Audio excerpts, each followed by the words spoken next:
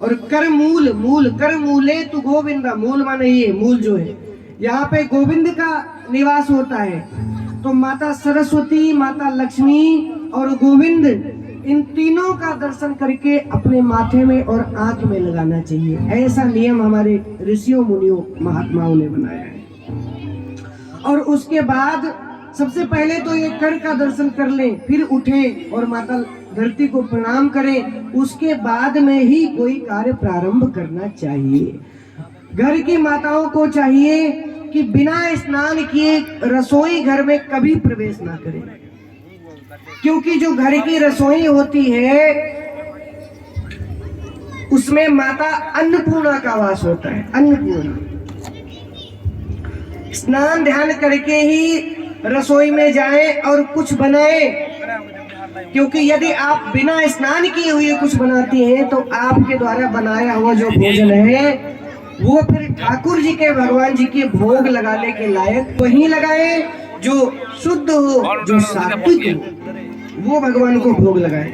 भगवान का भोग भोजन बनावे और सबसे पहले जब भोजन बन जाए तो भगवान का भोग लगाएं। ये तरीका है, ये नियम है। हम सब भाई सनातनी हैं, हम सब हिंदू हैं, हम सब राम कृष्ण के बेटे हैं और हम अपने संस्कारों को भूल रहे हैं। कितने शर्म की बात है।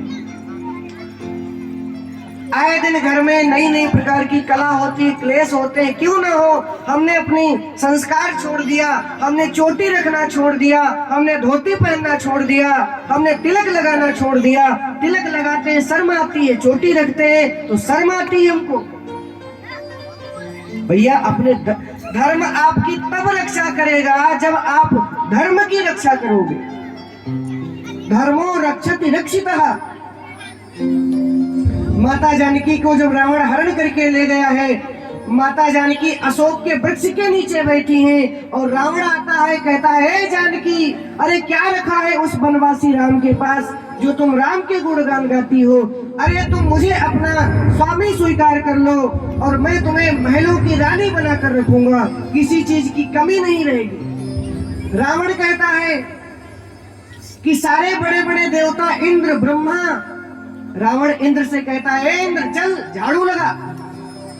ब्रह्मा जी वेदों के ज्ञाता, ब्रह्मा जी आते हैं और रावण के दरबार में वेद पाठ करते हैं और रावण का जो काम करने वाला नौकर है वो ब्रह्मा जी को डांट देता है, कहता है ब्रह्मा बंद करिए वेद, मेरे स्वामी सो रहे हैं, आज मेरे स्वामी का दिमाग ठीक नहीं है। आप विचार करो रावण का कितना प्रताप था, रावण का कितना प्रभाव था। और वो रावण आकर जानकी से कहता है, ए जानकी तू मुझे अपना स्वामी स्वीकार कर ले। क्या रखा है उस वनवासी राम के पास? और माता जानकी पता है क्या कहती? माता जानकी एक तृण उठाती है, एक तिनका उठाती है और कहती है रावण की तरफ देखती नहीं है, उस तिनके की तरफ देखती है। तृणधर ओट कहत वैदेही, वैदेही माता जानकी एक तिनके को उठाकर कहती है रावण मेरे सामने तेरी औकात इस तिनके के बराबर है। माता जानकी क्या कहती है कि मेरे सामने तेरी औकात इस तिनके के बराबर है। किसी ने माता जानकी से पूछा कि तुम रावण के सामने इतनी बड़ी बात कैसे कह रही हो? माता जानकी ने कहा कि जिस धर्म की रक्षा मैंने किया, जब रावण भिक्षा मांगने के लिए माता जानकी के पास गया था, माता जानकी लक्ष्मण रेखा के अंदर से ही भिक्षा देना चाहती है, पर रावण अंदर नहीं आता है और रावण कहता है कि मैं बंधी हुई भिक्षा नहीं लेता, यदि भिक्षा देना है तो घर के बाहर आओ और नहीं तो मैं द्वार से आपके खाली हाथ लौट जाऊंगा। और माता जानकी कहती हैं कि आज मैं रघुकुल वंश के जो शिरोमणि है उनकी मैं पत्नी हूँ।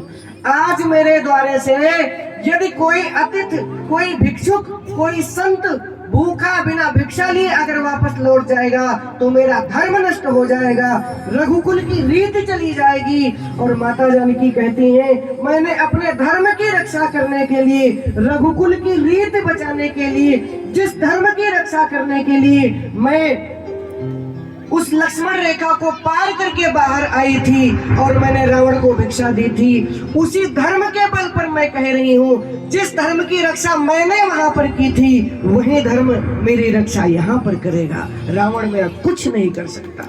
आप विचार करो,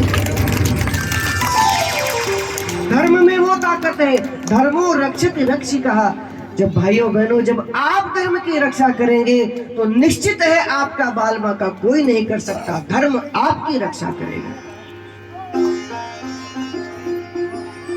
हर एक माता को चाहिए। अब एक और संशय रहता है कि मेरे पति तो शराब पीते हैं, मेरे पति तो लड़ाई करते हैं। ठीक है, ऐसा भी है, पति परमेश्वर है।